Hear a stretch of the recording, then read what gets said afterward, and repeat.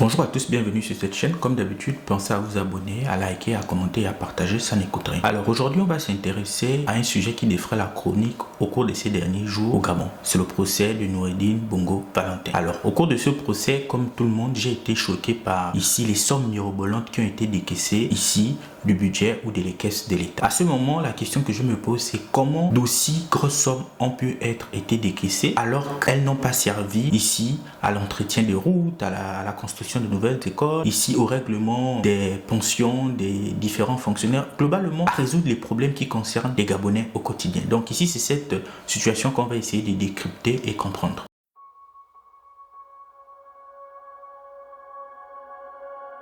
Forfait qui nous a été accordé, où j'ai bien mentionné que le plus élevé que j'ai reçu en une fois, où j'étais émerveillé, qui était de 2 milliards, il m'a donné, on était à 3 ce jour-là. Il y avait l'ancien président, il y avait M. Franck-Yann Koubié, et le président nous a dit à tous les deux, bon travail à vous, Yann, tu envoies 2 milliards à Mohamed, toi aussi tu prends 2 milliards. Alors, on a été tous choqués d'entendre ces sommes qui se chiffrent en général en milliards de francs CFA. C'est-à-dire qu'on n'est jamais arrivé à une situation au cours de ce procès où on a constaté qu'il y avait un décaissement de fonds qui était de l'ordre de moins de 100 millions. On a toujours dit 150 millions, 2 milliards, etc. On a eu une situation finalement qui m'a fondamentalement et profondément choqué. C'est celle où un accusé ici dit, et ce sont ses propos, que le chef de l'État d'alors lui aurait dit de prendre 2 milliards de francs CFA. Vous vous rendez compte? 2 milliards de francs CFA pour une seule personne. À un moment donné, je me suis dit, ce n'est pas possible parce que 2 milliards de francs CFA, et si l'individu ne peut pas les obtenir, quand bien même il y a des Gabonais qui peinent à obtenir le SMIC, c'est-à-dire les fameux 150 000 francs CFA. Quand bien même on a des enseignants qui ne touchent pas leur salaire, quand bien même on a de nombreuses situations, comment est-ce possible qu'un seul individu puisse avoir à lui seul 2 milliards de francs CFA? Donc cette situation est assez troublante et voire assez incroyable dans un pays qui est ici sujet à de nombreuses difficultés. La dernière fois, j'ai fait une vidéo dans laquelle ici je parlais de ces difficultés et j'ai employé ici la métaphore de la malédiction. Mettre en avant cet égoïsme ici quasi existentiel qui caractérisait certains compatriotes. Parce que l'on le veuille ou pas, ou que l'on pointe ici la nationalité de l'accusé, c'est un Gabonais et il semblerait que cet argent lui a été confié par un Gabonais qui plus est était à l'époque chef de l'État. Donc cette situation renvoie fondamentalement pour moi ici à la mentalité du Gabonais. En général, nous les Gabonais, nous sommes égoïstes, on ne pense qu'à nous. Parce que comment cette situation peut s'expliquer lorsqu'un individu à lui seul peut bénéficier d'une aussi forte somme d'argent? Et lui-même l'accusé, il le disait, il nous a renvoyé la question en nous disant, vous, qu'auriez-vous fait à ma place si on vous aviez confié 2 milliards de francs CFA? Donc l'accusé nous renvoyait cette question en nous disant, vous qu'auriez-vous fait à ma place en ayant reçu ces 2 milliards de francs CFA? Comme pour dire que finalement, face ici à la folie qui ici habitait à l'époque les dirigeants du Gabon, qu'est-ce qu'il aurait pu lui faire si ce n'est prendre cet argent? Et donc ici, pour moi, ça pose la question, comme je le disais, de mentalité, mais surtout aussi des textes qui encadrent ici les finances de l'État. Parce que dans d'autres situations, on a posé la question à certains accusés que comment avez-vous fait pour obtenir cet argent? Certains ont répondu, ce sont les textes et ce sont mes prédécesseurs ici qui jugeait aussi de telles sommes d'argent, plus que, comme je le disais, les textes ici prévoyaient ici de telles rémunérations. Donc à partir de ce moment, est-ce que la question, en plus de la question de la mentalité, qui pour moi est corollaire ici à la réécriture des textes de loi qui régissent les rémunérations de certains membres de l'administration gabonaise, est-ce qu'il ne faut pas revoir ces textes? Est-ce qu'il ne faut pas ici questionner les textes qui encadrent la rémunération de certaines personnalités de la haute administration? Parce que, qu'on le veuille ou pas, certains se sont dit, mais ce n'était pas du vol, dans la mesure où certains textes dans certaines administrations prévoient des rémunérations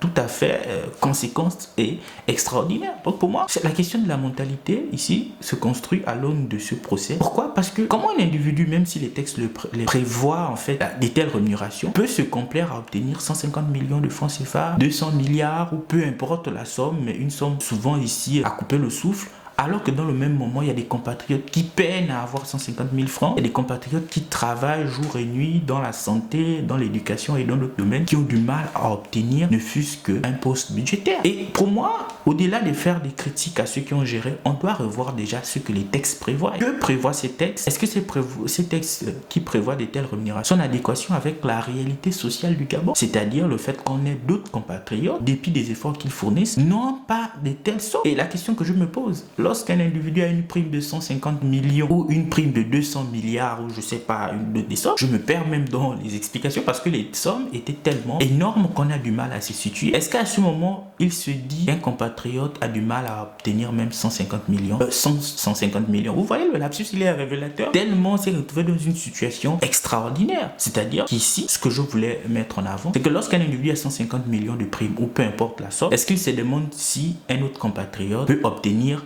ne fût-ce que 100 000 francs CFA régulièrement lorsqu'il est fonctionnaire? Parce que obtenir 150 millions, oui, ce sont les textes qui prévoient cela, mais lorsqu'un Gabonais travaille, il a même du mal parfois à obtenir son salaire régulièrement. Comment, en tant que Gabonais, on peut être ici à l'aise avec cette situation? Voilà pourquoi je parlais ici d'un égoïsme quasi pour moi anthropologique. Parce que comment un individu peut se complaire dans cette situation? 150 millions, 2 milliards, etc., etc. Pour moi, il faudrait que l'on revoie ici ces textes qui prévoient ces sommes, c'est-à-dire au-delà de toute l'affaire du procès, il y a des textes qui prévoient ces rémunérations, qu'on le veuille ou pas. Les accusés ont dit ces textes-là, ces sommes-là étaient finalement des sommes que la loi encadrait. Donc il faut revoir ces textes et il faut revoir la mentalité. Pour moi, je reviens sur cette question, c'est notre mentalité. La mentalité ici, c'est la vision du monde. C'est-à-dire que si on se complète toujours dans la perspective où c'est moi, mon clan, ma famille, mon ethnie, etc., etc., les choses ne peuvent pas avancer. Pourquoi? Parce que les uns et les autres aussi estiment que 150 millions, si les textes prévoient une telle rémunération, ça va, il n'y a pas de problème. Alors que c'est une situation quasi, pour moi,